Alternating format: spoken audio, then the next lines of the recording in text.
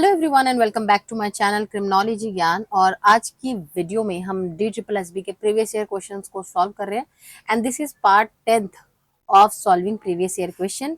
Already part 9 तक मैं channel पर अपलोड कर चुकी हूँ, प्लेलिस्ट आप जाकर देख सकते हैं। DSSB previous year question PYQ के नाम से प्लेलिस्ट है, वहां पर आप जाकर चेक कर सकते हैं। अदरवाइज मैं डिस्क्रिप्शन में भी इसका लिंक दे दूंगी, वहां पर भी जाकर इसको चेक कर सकते हैं। So without any further delay let's get into the video. So first question is the research which seeks explanations of observed phenomena, problems और behaviors। ऐसा रिसर्च जो कि किसी भी प्रॉब्लम, फिनोमिना या बिहेवियर को एक्सप्लेन करता है, इस तरीके के रिसर्च को कौन सा रिसर्च कहा जाता है। एंड ऑप्शंस क्या है आपके पास? डायग्नोस्टिक रिसर्च है, डिस्क्रिप्टिव रिसर्च है, एक्सप्लोरेटरी रिसर्च है एंड एक्सप्लेनेटरी रिसर्च है। तो यहाँ पर वर्ड जो आपको कैच करना है वो है एक्सप्लेनेशन। ठीक है, तो यहाँ पर हमने क्या किया है कि ऑब्जर्व फिनोमिना, प्रॉब्लम और बिहेवियर को एक्सप्लेन करा है। तो यहाँ पर कौन सा रिसर्च हो जाएगा? ऑप्शन में आपका option number D is correct, explanatory research. ठीक है, एक्सप्लेनेशन देख लेते हैं क्या है। एक्सप्लेनेटरी रिसर्च क्या होता है? It explains Y something occurs. Explanatory क्या बताते हैं? एक्सप्लेनेटरी रिसर्च जो होता है वो बताते हैं कि कोई चीज क्यों हो रही है ना। By investigating cause and effect relationship, है ना। इसमें हम क्या देखते हैं कि कॉज एंड इफेक्ट रिलेशनशिप देखते हैं बिटवीन वेरिएबल्स। ठीक है, नेक्स्ट इज डायग्नोस्टिक रिसर्च। क्या होता है? It is a method of inquiry that focuses on identifying the cause और प्रॉब्लम और issue and understanding the factors that contribute to it. ठीक है, यहाँ पर देखिए, यहाँ पर कॉज एंड इफेक्ट रिलेशनशिप देखते हैं। यहाँ पर क्या है कि हम कोई भी एक प्रॉब्लम लेते हैं इन जनरल, ठीक है, और उसके पीछे क्या रीजन है, वो क्यों हो रही है वो प्रॉब्लम, उसका जो रूट कॉज है वो जानने के लिए हम डायग्नोस्टिक रिसर्च करते हैं। याद कैसे रहेगा? जब भी हम कोई अल्ट्रासाउंड करवाने जाते हैं या एक्सरे करवाने जाते हैं तो हम लिखते हैं ना वो डायग्नोसिस है। तो हम उससे क्या है, रूट कॉज निकालना चाह रहे हैं। क्या किसी भी डॉक्टर को दिखाने से पहले या डॉक्टर जो है कोई मेडिसिन देने से पहले वो आपको बोलते हैं कि भाई हम एक बार रूट कॉज जान लेते हैं, उसके बाद हम दवाई दे देंगे। तो वो आपको एक्सरे करने के लिए कहते हैं या अल्ट्रासाउंड करने के लिए, तो वो डायग्नोस्टिक सेंटर में भेजते हैं आपको, है ना। तो दैट इज डायग्नोस्टिक। तो रूट कॉज जो है प्रॉब्लम का, क्या फैक्टर है जो उसको उस डिजीज को कर रहे हैं, वो हम डायग्नोसिस में देखते हैं ना। तो डायग्नोस्टिक रिसर्च भी वही है, उस उन फैक्टर्स को देखता है जो कि उस प्रॉब्लम को कॉज कर रहा है। ठीक है, नेक्स्ट इज डिस्क्रिप्टिव रिसर्च। सबसे इजी रिसर्च होती है डिस्क्रिप्टिव रिसर्च। क्या होता है? इसमें हम सिंपली फोकस करते हैं कि कौन से जो फैक्टर्स हैं किसी भी स्टेट, किसी भी सिचुएशन, किसी भी पॉपुलेशन, किसी भी फिनोमिना को सिंपली क्या कर रहा है, ये डिस्क्राइब कर रहा है कि भाई ये कैरेक्टरिस्टिक्स क्या है, इसके बिहेवियर क्या है, कंडीशन क्या है, वो सिंपली हम डिस्क्राइब करते हैं इसके अंदर। ठीक है, हम ये नहीं देखते कि क्यों है ये। अगर कैरेक्टरिस्टिक्स इस पर्टिकुलर फिनोमिना का या इस पर्टिकुलर सिचुएशन या इस पर्टिकुलर पॉपुलेशन का ये कैरेक्टरिस्टिक्स है तो क्यों है वो नहीं देखते हम, बस क्या है हम वो जानते हैं डिस्क्रिप्टिव रिसर्च के अंदर। देन एक्सप्लोरेटरी रिसर्च देखते हैं कि एक्सप्लोरेटरी रिसर्च का हमको क्या ध्यान रखना है कि एक्सप्लोरेटरी रिसर्च उन टॉपिक्स पे किया जाता है या उन कह सकते हैं वन उस टाइटल पर किया जाता है जहां पर प्रॉब्लम जो है क्लियरली आइडेंटिफाइड नहीं है, क्लियरली डिफाइंड नहीं है, हमें नहीं पता कि इसमें आगे क्या चीज़ें हुई हैं, कि बहुत लिटिल इंफॉर्मेशन हमारे पास अवेलेबल होती है। उन केसेस में हम एक्सप्लोरेटरी रिसर्च करते हैं, हम एक्सप्लोर करते हैं। ठीक है, next question, the role of voluntary organisations to help and support HIV और एड्स अफेक्टेड और infected children, families and other dependents from becoming. तो जो ये होती हैं वॉल्यूंटरी ऑर्गेनाइजेशन, जैसे कि एनजीओज वगैरह हो गए, ठीक है, तो एनजीओज का क्या रोल रहता है उन केसेस में जहां पर जो भी इन्फेक्टेड चिल्ड्रन है या अफेक्टेड चिल्ड्रन है या फैमिलीज हो गए या अदर डिपेंडेंट्स जो भी होंगे, फैमिली मेंबर्स भी हो सकते हैं या कोई भी और पर्सन जो उनका डिपेंडेंट है, इस तरीके के जो वॉल्यूंटरी ऑर्गेनाइजेशन है इनका क्या रोल रहता है। ऑप्शंस क्या है आपके पास? Victims of separation, discrimination, both A and B, या एस्टेब्लिश सेपरेट ग्रुप्स। ठीक है, तो विक्टिम्स ऑफ, तो इसमें करेक्ट जो ऑप्शन हो जाएगा वो आपका हो जाएगा बोथ ए एंड बी। इसका हम एक्सप्लेनेशन समझ लेते हैं। देखो, विक्टिम ऑफ सेपरेशन हमने पहले चीज देखी, तो रोल ऑफ वॉलंटियर ऑर्गेनाइजेशन का क्या रोल हो जाएगा कि ये जो एनजीओज हैं, जो वॉलंटियर ऑर्गेनाइजेशन है, ये क्या प्रोवाइड करते हैं? विक्टिम या विक्टिम की फैमिलीज को care, counselling, community based support provide करते हैं ताकि जो फैमिलीज हैं वो साथ में रहें। अब ऐसा क्यों देखा जा रहा है? क्योंकि जब जब भी ऐसी HIV एड्स वाली कंडीशन होती है तो लोग जो है उनको स्टिग्मेटाइज करना शुरू कर देते हैं। ठीक है, जिसकी वजह से कहते हैं कि बच्चे को आप फैमिली से अलग रखो, इस तरीके की सिचुएशंस आ जाती हैं। तो ड्यू टू सिग्मा या due to lack of resources, किसी भी रीजन से बच्चा जो है ये फैमिली से अलग नहीं होना चाहिए, कोई फैमिली मेंबर किसी दूसरे फैमिली मेंबर से अलग नहीं होना चाहिए, या कोई भी डिपेंडेंट है वो अलग नहीं होना चाहिए ना। तो विक्टिम्स को अपनी फैमिली से सेपरेट ना करा जाए। Next one is preventing discrimination. हम डिस्क्रिमिनेशन देखते हैं कि भाई किसी भी तरीके का विक्टिम के साथ डिस्क्रिमिनेशन ना किया जाए, ना उसकी फैमिली के साथ ना विक्टिम के साथ। तो वो कैसे किया जा सकता है? अवेयरनेस इंक्रीज करके, कम्युनिटीज को एजुकेट करके, और जो भी HIV एड्स अफेक्टेड इंडिविजुअल्स हैं उनके राइट्स के बारे में जान के, ठीक है, उनके राइट्स के बारे में जान के कि अगर उनको ये सिंड्रोम है, HIV एड्स है, तो ऐसा ना हो कि उनके राइट्स को मार दिया जाए। हाँ, तो उनके राइट्स का देखभाल करना भी इसी तरीके की वॉलंटरी ऑर्गेनाइजेशन जो है वो उस चीज का ध्यान रखती है। और इसके साथ साथ ये स्टिग्मा को रिड्यूस करने पर काम करती है, और ये इंश्योर करती है कि भाई इनको अभी इक्वल ही हेल्थ केयर, एजुकेशन या किसी भी तरीके का सोशल सपोर्ट मिले। Next question is the corporation which owns और मैनेज बिजनेस इन 2 और more countries is known as.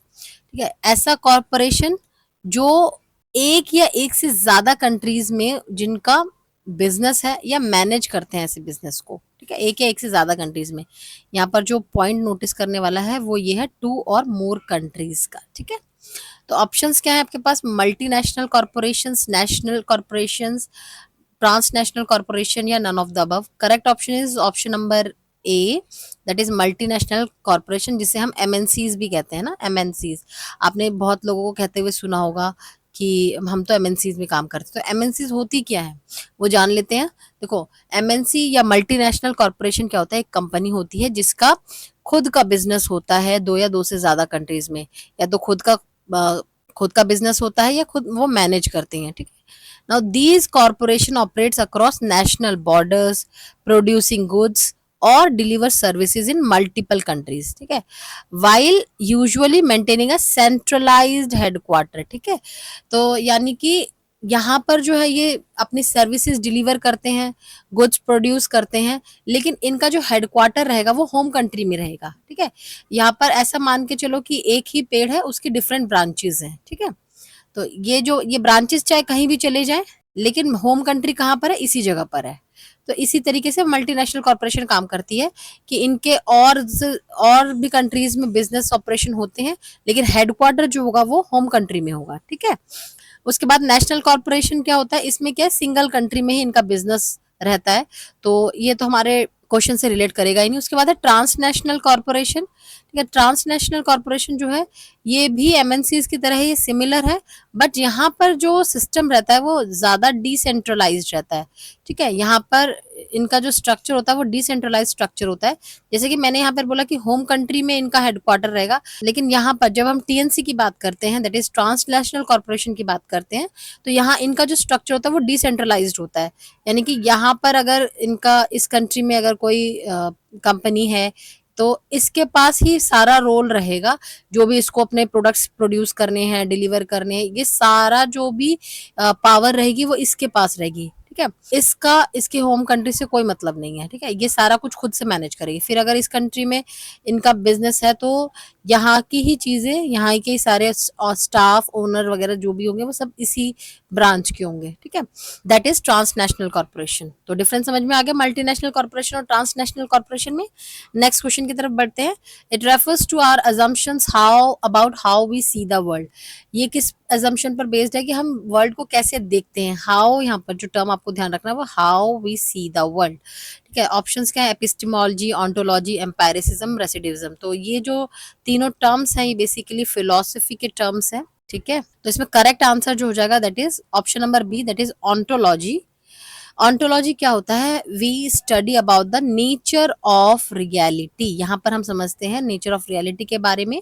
ठीक है जी, हम क्या इसमें एज्यूम करते हैं? What exist. ठीक है, यहाँ पे बेसिकली हम बात करते हैं व्हाट एग्जिस्ट की, कि जो भी चीजें एग्जिस्ट कर रही हैं उसके बारे में हम जानते हैं।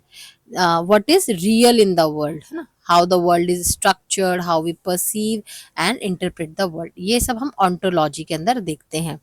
जैसे कि मटेरियलिस्ट्स जो होते हैं वो बिलीव करते हैं ओनली फिजिकल थिंग्स एग्जिस्ट करते हैं, कि जो भी वर्ल्ड में जो भी चीज़ें मटेरियल बेस्ड हैं, फिजिकल थिंग्स हैं, वही एग्जिस्ट करती हैं। मेटरलिस्ट ऐसा बिलीव करते हैं, that is ontology. Next one is epistemology. तो एपिस्टेमोलॉजी क्या होता है? जो कहता है it is concern with the nature of knowledge, है ना, how we know things, nature of how do we know things, the study of how we gain knowledge. For example if I say कि science का कोई भी आपको phenomena जानना है, science का कोई भी अगर आपको फिनोमिना जानना है तो हम उसके लिए क्या करेंगे? एक्सपेरिमेंट्स करेंगे, है ना, उसके लिए हम क्या करेंगे? एक्सपेरिमेंट्स करेंगे। तो that is how we know about the thing, है ना, लिखा ना, हाउ वी नो थिंग्स। अगर मैं कह रही हूँ कि एक सिंपली कोई एक फिनोमिना है जो कि एक्सप्लेन किया गया है, तो मुझे इसके बारे में पता कैसे चला? Through the experiment, that is what epistemology says. उसके बाद आता है एम्पेरिसिज्म, ये भी एपिस्टेमोलॉजी का ही पार्ट है। ये कहता है कि जो नॉलेज है, जो ये हम नॉलेज जिसके बारे में हम बात कर रहे हैं, जो ना नेचर ऑफ नॉलेज, ये जो नॉलेज है ये हमें कहाँ से मिल रहा है? प्राइमरीली बाय सेंसरी एक्सपीरियंस से। तो नॉलेज कम्स फ्रॉम एक्सपीरियंस, ये कहता है एम्पायरिसिज्म। तो ये क्या बिलीव करता है? That observation and experiments are the two sources of knowledge. ये सिर्फ इस बारे में बात करता है, किसी भी तरीके का एजम्पशंस ये अलाउ नहीं करता, कि जो भी चीजें आप सेंस कर सकते हैं सिर्फ वही रियल है, अदरवाइज बाकी सारी चीजें रियल नहीं है, ठीक है। Next one is recidivism. तो रेसिडिविज्म ये जो फिलोसफी का पार्ट नहीं है, बट इट सेज दैट कि someone, if a person is repeating his behaviour, basically ये क्या हम क्रिमिनोलॉजी में वर्ड यूज कर रहे हैं, और इसमें क्या होता है कि when you are falling back into the criminal behaviour, is completely unrelated to philosophical assumptions, ठीक है। नेक्स्ट क्वेश्चन देखते हैं। The main objectives of case work treatment are to conserve clients strength. तो पहले समझेंगे कि जो केस वर्क ट्रीटमेंट है वो क्या होता है। सिंपली आप इसको ऐसे समझो कि कोई भी केस वर्कर है, कोई भी सोशल वर्कर है, वो उसके क्लाइंट्स होते हैं, ठीक है। तो उनका जो मेन काम होता है ये केस वर्क ट्रीटमेंट में, उनका मेन काम होता है क्लाइंट की स्ट्रेंथ को वापस से कंजर्व करना। अब ऑप्शंस क्या है? अब उसका मेन ऑब्जेक्टिव क्या है? To prevent social breakdown, to restore social functioning, to identify social problems, या बोथ ए एंड बी, ठीक है। तो यहाँ पर जो करेक्ट ऑप्शन हो जाएगा वो हो जाएगा बोथ ए एंड बी। अब ये समझ लेते हैं ये क्या होता है। क्लाइंट की स्ट्रेंथ मतलब कि हम क्या कर रहे हैं, जो इंडिविजुअल है, जो कि जिसे हम क्लाइंट कह रहे हैं, उसके हम जो भी बिकॉज ऑफ सम सफरिंग, जो भी पर्सन जो है सफर कर रहा है किसी भी चीज से, तो उसको हम कोप अप करने में उसकी हेल्प करते हैं, ठीक है। और वो सोशली ब्रेकडाउन ना हो उसको भी हम प्रिवेंट करते हैं। कैसे? हम उसमें इंटरवीन करते हैं अर्ली, जल्दी ही स्टार्टिंग स्टेज पर, जो प्राइमरी स्टेज होता है उसी स्टेज पर जाकर हम इंटरवीन करते हैं। हम मतलब सोशल वर्कर्स जो है इंटरवीन करते हैं और क्लाइंट के जो सोशल फंक्शनिंग है उसको मेंटेन करने की कोशिश करते हैं, उसमें डिटोरेशन ना हो किसी भी तरीके का, वो चीज़ हम देखते हैं। एग्जाम्पल्स क्या हैं? जैसे कि वापस से फैमिली डिसइंटीग्रेशन ना हो, जो मतलब फैमिली को रीइंटीग्रेट करा दें, है ना, या अगर फैमिली डिसइंटीग्रेशन ना हो, जॉब लॉस ना हो, मेंटल हेल्थ क्राइसिस ना हो, किसी भी तरीके से जो भी पर्सन जो है वो सोशली ब्रेकडाउन ना हो, है ना। अब मैं अगर एग्जांपल लूं कि कोई एक पर्सन है जो जिसको HIV एड्स है ना, उसको जॉब से निकाल दिया गया, उसको स्टिग्मेटाइज कर दिया गया, तो पहले ही इंटरवीन करके उस चीज को प्रिवेंट करने की कोशिश करने का काम जो है ये जो ट्रीटमेंट है उसमें है, उसमें कराया जाता है ना, case work treatment. So both A and B is correct. Next, which of the following legislation is related to the JJ act. JJ act आपको पता है जुवेनाइल जस्टिस एक्ट के बारे में बात कर रहा है। तो अब बाकी सारी चीजें देखते हैं। The protection of children from sexual offences act 2012, commission for protection of child right rules 2006, right of children to free and compulsory education act. तो इसमें ऑप्शन क्या हो जाएगा? All of the above correct है। समझ लेते हैं बाकी सारी चीजें। पॉक्सो एक्ट तो आप लोगों को पता ही होगा, 2012 का पॉक्सो एक्ट आया था, जिसमें बच्चों से रिलेटेड किसी भी तरीके का जो सेक्सुअल अब्यूज है या एक्सप्लॉयटेशन है उसको एड्रेस करने के लिए पॉक्सो एक्ट बनाया गया था, ठीक है। ये जेंडर न्यूट्रल भी है। यहाँ पे मेल फीमेल अगर किसी के साथ भी सेक्सुअल एक्सप्लॉयटेशन होता है, अब्यूज होता है या उनको पोर्नोग्राफिक मटेरियल के लिए यूज किया जाता है, उनके लिए स्ट्रिंजेंट पनिशमेंट्स है ना, स्ट्रिक्ट पनिशमेंट्स हैं फॉर द ऑफेंडर्स। और चाइल्ड फ्रेंडली लीगल प्रोसीजर्स हैं, जितना भी इसमें यहाँ पे लीगल प्रोसीजर किया जाएगा वो सब चाइल्ड फ्रेंडली होगा। Then commission for protection of child rights rule 2006, यहाँ पर इस रूल के अंडर ये एनसीपीसीआर और एससीपीसीआर बने हैं, जो कि क्या करते हैं, चाइल्ड राइट लॉज और पॉलिसीज को इम्प्लीमेंट सही तरीके से वो हो रहे हैं या नहीं उसको मॉनिटर करते हैं।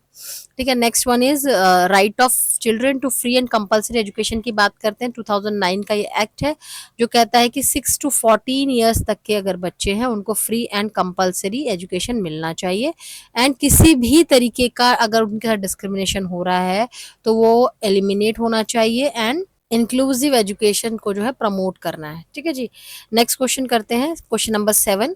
क्रिटिकल रिसर्च, जिसे हम क्रिटिकल थ्योरी भी कहते हैं, ये किसने propound करी थी? ऑप्शन क्या है आपके पास, कुर्ट ल्यूविन, मैक्स हॉर्किमर, डेंग ज़ाओपिंग या डिक्सन आर। ठीक है, तो करेक्ट ऑप्शन क्या हो जाएगा, option number B, that is Max Horkheimer. Max Horkheimer was a prominent German philosopher and sociologist, जिन्होंने Frankfurt school of critical theory को एस्टेब्लिश कराया है ना।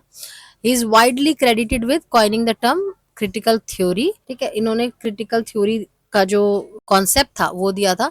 तो बेसिकली इनका जो थ्योरी है वही कहती है कि सोसाइटी को कम्प्लीटली ट्रांसफॉर्म करना है, कैसे जो डोमिनेंट सिस्टम है ऑफ आइडियोलॉजीज है ना, वो किस तरीके से सोसाइटी में इनइक्वालिटीज लेकर आ रही हैं, तो उसको हमको क्या करना है, एनालाइज करना है।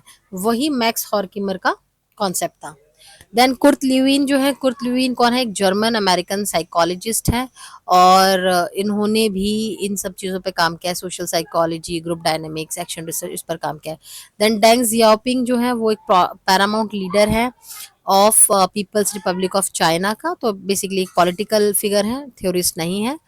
देन डिक्सन आर जो है ये साइंस फिक्शन राइटर है, एक्चुअली ये आर डिक्सन है नाम, if I am not wrong, so R Dixon है इनका नाम, ये थोड़ा सा मिसमैच हो गया है। Next one is the type of research often conducted in new areas of inquiry, where the goals of the research are to scope out the magnitude or extent of a particular phenomenon, problem or behavior। तो यहाँ पर हमें जो जो word catch करना है वो है न्यू एरियाज। ठीक है, और ये हमको पता है कि जहाँ भी न्यू एरिया है उस पर हम कौन सा रिसर्च करते हैं, एक्सप्लोरेटरी रिसर्च, अभी हमने पहले पढ़ा था ना। सो करेक्ट आंसर जो है एक्सप्लोरेटरी रिसर्च है। अगेन उन सारी चीजों को मैं एक्सप्लेन नहीं कर रही हूँ। ठीक है, next one is Acharya Vinoba Bhave is closely related to the concept. तो जो आचार्य विनोबा भावे है वो किस इनमें से किस मूवमेंट के साथ जुड़े हैं, किस कॉन्सेप्ट के साथ जुड़े हैं? ऑप्शंस क्या है आपके पास, green revolution, Bhoodan movement, tribal movement या रोजगार योजना।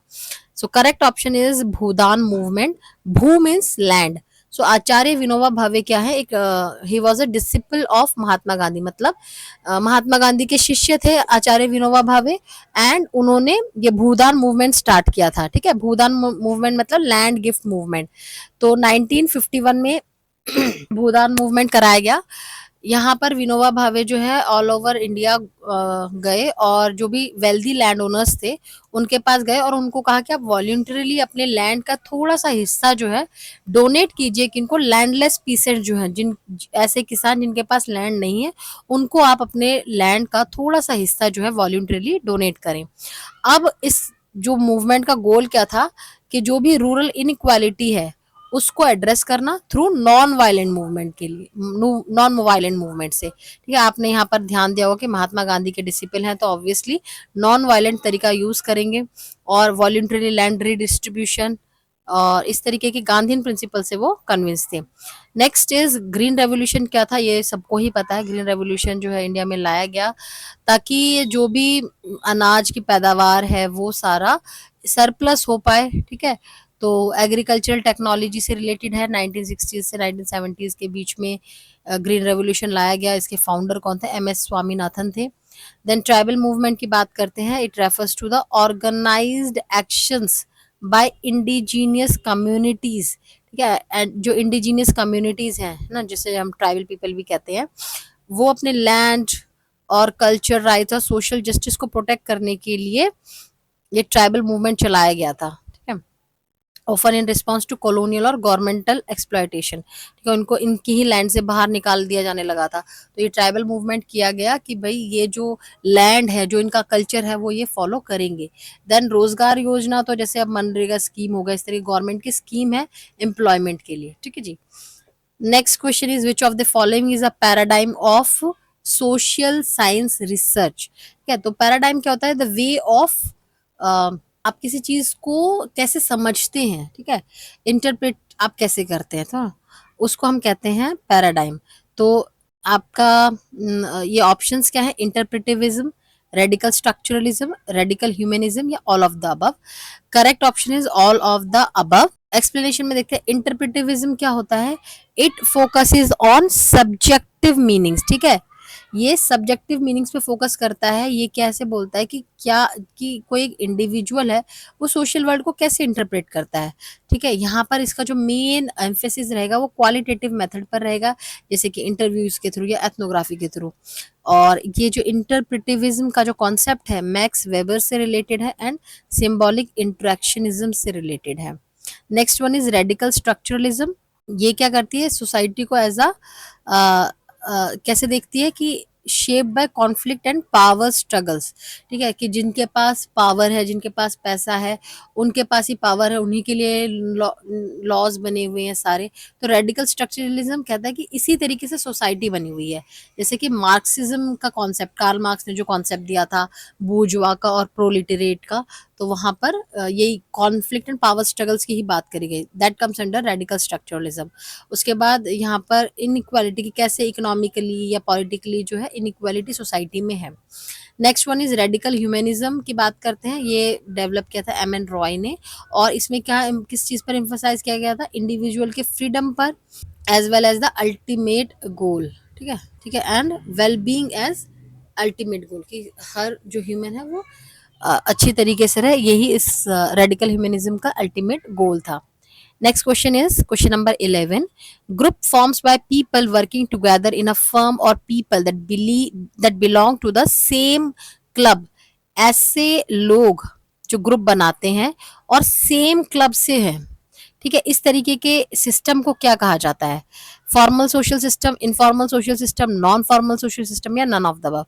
Correct option is formal social system. अब समझते हैं कि फॉर्मल सोशल सिस्टम होता क्या है, जहाँ पर एक ही फर्म के जो लोग हैं वो आपस में काम करते हैं, तो इसीलिए इसको हम फॉर्मल सोशल सिस्टम कहते हैं।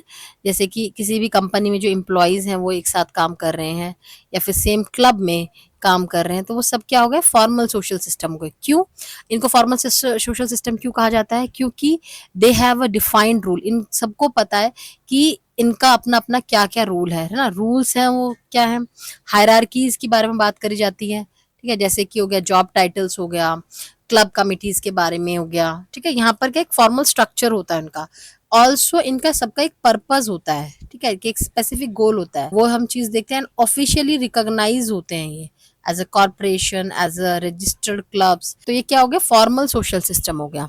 Next one is question number 12। Among Hindus sagotra marriage, sagotra marriage क्या होता है, ऑप्शंस क्या आपके, परमिटेड, प्रोहिबिटेड, इनकरेज्ड या नन ऑफ द अबव। इसका correct option is option number B, that is prohibited. Sagotra marriage है वो हिंदूज में प्रोहिबिटेड है। तो सगोत्र मैरिज क्या होता है, marriage between individuals belonging to the same gotra और पेट्रीलिनियल क्लैन, जिनका सेम गोत्र होता है उनको सगोत्र मैरिज कहते हैं, और हिंदूज में ये प्रोहिबिटेड है, यानी कि ऐसा सेम गोत्र में शादी नहीं कराई जाती है। Next question is question number 13. It is a concept that explains the breakdown of social norms that often accompanies rapid social change. ये concept है जो कि explain करता है कि social norms के breakdown होने पर जो है काफी सारे रैपिड सोशल चेंजेस हमें देखने को मिलते हैं। एंड ऑप्शंस क्या है, देखो यहाँ पर जो हम बात कर रहे हैं सोशल नॉर्म्स के ब्रेकडाउन की, तो ये हमने एनॉमी थ्योरी में पढ़ा था, तो ये एनॉमी से ही रिलेटेड है, नॉर्मलेसनेस जिसके बारे में जिसे कहा गया है, ठीक है। ऑप्शंस क्या है, कॉन्फ्लिक्ट, एनॉमी, फ्रस्ट्रेशन या behaviour. So correct option is option number B, that is anomie. Anomie क्या है, एक सोशियोलॉजिकल कॉन्सेप्ट है जो कि इमाइल डरकाइम ने दिया था, जिसका मतलब क्या है, it is a state of normlessness और कंफ्यूजन अबाउट सोसाइटल रूल्स और ये जनरली कब होता है, जब रैपिड सोशल चेंजेस होते हैं, उस पीरियड पर ये सोशल नॉर्म्स को ब्रेक डाउन किया जाता है। जैसे कि इंडस्ट्रियलाइजेशन हो गया या इकोनॉमिक क्राइसिस हो गया, उस टाइम पर सोशल नॉर्म्स को तोड़ा जाता है ना। एक बहुत अच्छे एग्जांपल से मैं आपको समझाती हूँ। फॉर एग्जांपल, अगर हम कहें कि वार की सिचुएशन आ गई है किसी कंट्री के अंदर, और कंट्री में जनरली हम लोग ये कहते हैं कि सभी को डिसेंट वे में रहना है, किसी तरीके का कोई क्राइम नहीं करना है ना। लेकिन अगर इकोनॉमिक क्राइसिस आ गई है, लोगों को आपस में जो है खाने को नहीं मिल रहा है, और इस तरीके से किसी तरीके का क्राइसिस आ गया, तो वो अपने सारे रोल नॉर्म्स को तोड़ेंगे, और जहां भी वो इकोनॉमिक क्राइसिस से अपलिफ्ट हो सकते हैं वो चीज वो करेंगे। ठीक है। Next question is some of the significant factors that cause environmental degradation. इनमें से सिग्निफिकेंट फैक्टर्स कौन से हैं जो कि इन्वायरमेंटल डिग्रेडेशन में इनपुट करते हैं ना, इनकी वजह से इन्वायरमेंटल डिग्रेडेशन होता है। ऑप्शंस क्या है आपके पास? Deforestation, population growth, modern technology, या all of the above. Correct option is all of the above. ठीक है। डिग्रेडेशन आपको सबको पता है क्या होता है, बायोडाइवर्सिटी, या जिसे डिफॉरेस्टेशन होता है कि पेड़ के कटने को हम लोग क्या कहते हैं, डिफॉरेस्टेशन कहते हैं, जिसकी वजह से सॉइल इरोजन होता है, लॉस ऑफ बायोडाइवर्सिटी होता है। लॉस ऑफ बायोडाइवर्सिटी मतलब जो भी उस जंगल में जो भी पेड़ पौधे होते हैं, वो जो उनका नेटिव प्लेस होता है वो वहां से वो चले जाते हैं, है ना, हट जाते हैं, और इसकी वजह से देखो डिस्क्रप्शन ऑफ कार्बन सिंक्स है ना। इसका बहुत बेहतर एग्जांपल आपको अमेजोन रेन फॉरेस्ट का जब डिस्ट्रक्शन होता है वहां देखने को मिला। तो डिफॉरेस्टेशन जो है एनवायरमेंट डिग्रेडेशन करता है। देन पॉपुलेशन ग्रोथ, देखो पॉपुलेशन ग्रोथ होने की वजह से रिसोर्सेज का डिमांड बढ़ जाता है ना, फूड वाटर एनर्जी कोई भी चीज़ है वो बढ़ जाती है ना, उसकी मांग बहुत ज़्यादा बढ़ जाती है, जिसकी वजह से ओवर एक्सप्लॉयटेशन होने लगता है चीज़ों का, जिसे हम अर्बन स्प्राउल भी कहते हैं। पॉल्यूशन बढ़ता है ना। तो ये सभी क्या है, इन्वायरमेंट डिग्रेडेशन में कंट्रीब्यूट करते हैं। और मॉडर्न टेक्नोलॉजी जैसे कि इंडस्ट्रियलाइजेशन हो गया, फॉसिल फ्यूल यूसेज हो गया, पॉल्यूशन इंटेंसिव प्रोडक्शन हो गया, है ना, इसकी वजह से क्या क्लाइमेट चेंज होता है एंड हैबिटेट डिस्ट्रक्शन होता है। एग्जांपल की प्लास्टिक वेस्ट, CO2 एमिशन, ये सब क्या है, मॉडर्न टेक्नोलॉजी की वजह से ही ये सारी प्रॉब्लम्स हो रही हैं, और ये अल्टीमेटली किस में कंट्रीब्यूट कर रहे हैं, एनवायरमेंट डिग्रेडेशन में। Next question is, and this is the last question of this lecture, Naxalbari movement के बारे में बात करते हैं। नक्सलबारी मूवमेंट क्या है? वुमेन्स मूवमेंट है, एनवायरमेंट मूवमेंट है, पीसेंट मूवमेंट है, या कंज्यूमर मूवमेंट है? So correct option is option number C, that is peasant movement. Peasant किसे कहते हैं? फार्मर्स को कहते हैं। ठीक है। तो नक्सलबारी मूवमेंट जो है वो 1967 में हुआ था। It was a radical peasant uprising in West Bengal, है ना, वेस्ट बंगाल में किया गया था कम्युनिस्ट रेवोल्यूशनरीज के द्वारा। ठीक है। कहाँ पर हुआ था? नक्सलबारी विलेज में, जो कि दार्जिलिंग डिस्ट्रिक्ट में है, जहाँ पर जो लैंडलेस फार्मर्स हैं, ठीक है, वो मार्क्सिस्ट लेनिनिस्ट आइडियोलॉजी से इंस्पायर होके लैंडलॉर्ड्स और स्टेट के अगेंस्ट इन्होंने धावा बोल दिया था ना, अपने लिए लड़ाई करी थी। तो मार्क्सिस्ट क्या बात करते हैं कि जो जिनके पास लैंड है, रिसोर्सेज है, मीन्स ऑफ प्रोडक्शन है, वो लोग क्या करते हैं, जिनके पास लैंड नहीं है, पुअर पीसेंट्स हैं, उनको दबाते हैं, उनका एक्सप्लॉयटेशन करते हैं। तो इसी को रिवॉल्ट के रूप में जो है फार्मर्स ने लिया, और नक्सलबारी मूवमेंट स्टार्ट किया गया था। इसमें क्या था, लैंड रिडिस्ट्रीब्यूशन की बात करी गई, और क्या बोला गया, जो बर्गोइजी है, बूजवा है ना, बर्गोइजी या बूजवा जिसे आप कहते हैं, बूजवा आपको पता है, कार्ल मार्क्स ने जो दो कैटेगरीज दी थी, बूजवा एंड प्रोलिटरेट।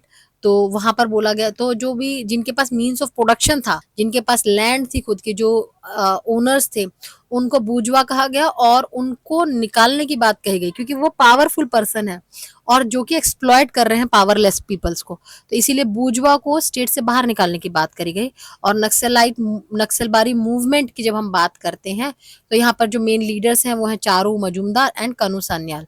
ठीक है जी। So that's it for today's video. I hope the video was helpful for you, और इसी तरीके के इंटरेस्टिंग वीडियोस के लिए आप मेरे चैनल को सब्सक्राइब कर लीजिए, एंड टेलीग्राम चैनल आप मेरा ज्वाइन कर सकते हैं। टेलीग्राम चैनल का लिंक आपको डिस्क्रिप्शन बॉक्स में मिल जाएगा।